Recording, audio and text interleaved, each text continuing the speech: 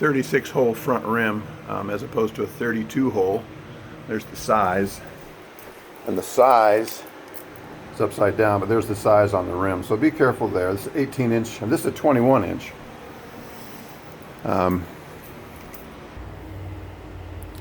So one of the things about bicycle wheels is they don't really have any specs. We don't have spec manuals for building bicycle wheels.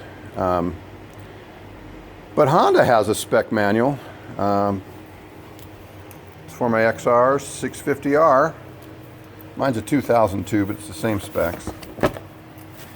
The front wheel suspension steering comes down here. Service information, specifications, and right out of the gate we got 15 PSI. That's something